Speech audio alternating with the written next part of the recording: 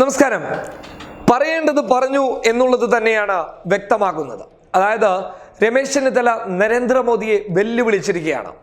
ആണാണെങ്കിൽ കേരളത്തിൽ വന്ന് മത്സരിച്ച് വിജയിക്ക് എന്നുള്ളതാണ്. അതായത് നരേന്ദ്രമോദി ഇന്നലെ NDAയുടെ സമ്മേളനത്തിൽ വെച്ച്, കേരളത്തിലുണ്ടായിരുന്ന സമ്മേളനത്തിൽ വെച്ച് കേരളം ത്രിപുര പോലെയാകുമെന്നാണ് അദ്ദേഹം പറഞ്ഞത്.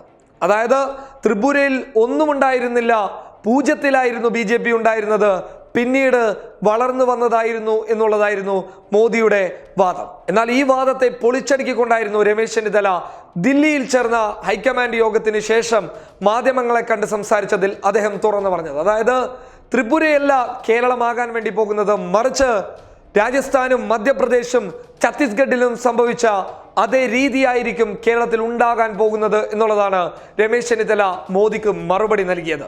ഒപ്പം വ്യക്തമാക്കിയത് മറ്റൊന്ന് എന്ന് വെച്ചാൽ, അതായത് വടക്കേ ഇന്ത്യയിൽ പോയി മത്സരിച്ച് രക്ഷപ്പെട്ടു പോകുന്ന മോദി ആണാണെങ്കിൽ കേരളത്തിൽ വന്ന് മത്സരിച്ച് വിജയിക്ക് എന്നുള്ളതും രമേശ് ചെന്നിത്തല കൂട്ടിച്ചേർത്തു. ഒപ്പം MLA-മാരെ കൊല്ലം ബൈപ്പാസിന്റെ ഉദ്ഘാടന വേളയിൽ MLA-മാരെ അപമാനിച്ചതും, അതായത് MLA-മാരെ പരിപാടിയിൽ പങ്കെടുപ്പിക്കാതെ അവരെ മാറ്റി നിർത്തിയതുമായി ബന്ധപ്പെട്ട് രമേശ് ചെന്നിത്തല ശക്തമായിട്ടുള്ള പ്രതിഷേധം അറിയിക്കുകയും ചെയ്തു. ഒപ്പം കൊല്ലം ബൈപ്പാസിന്റെ പിതൃത്വം ഏറ്റെടുക്കാൻ പിണറായി വിജയൻ മുന്നോട്ട് വരേണ്ട എന്നും അദ്ദേഹം കൂട്ടിച്ചേർത്തിട്ടുണ്ട്. അതോടൊപ്പം തന്നെ നരേന്ദ്രമോദിയെ ശക്തമായി വിമർശിക്കുകയും ഉണ്ടായി. കാരണം അദ്ദേഹം വലിയ വിടുവായിത്തരം ഇളക്കുകയാണ്. അദ്ദേഹത്തിനെ കൊണ്ട് ഒന്നും ഇനി ഇന്ത്യയിൽ സാധിക്കില്ല എന്ന ഉറപ്പുള്ളത് കൊണ്ടാണ് അദ്ദേഹം ഇതുപോലെയുള്ള വിടുവായിത്തരം ഇളക്കിക്കൊണ്ടിരിക്കുന്നത്. ആണാണെങ്കിൽ കേരളത്തിൽ വന്ന് മത്സരിക്കട്ടെ എന്ന് ചോദിച്ചത് ഇതിനോടകം തന്നെ സോഷ്യൽ മീഡിയയിൽ വൈറലായിട്ടുണ്ട്.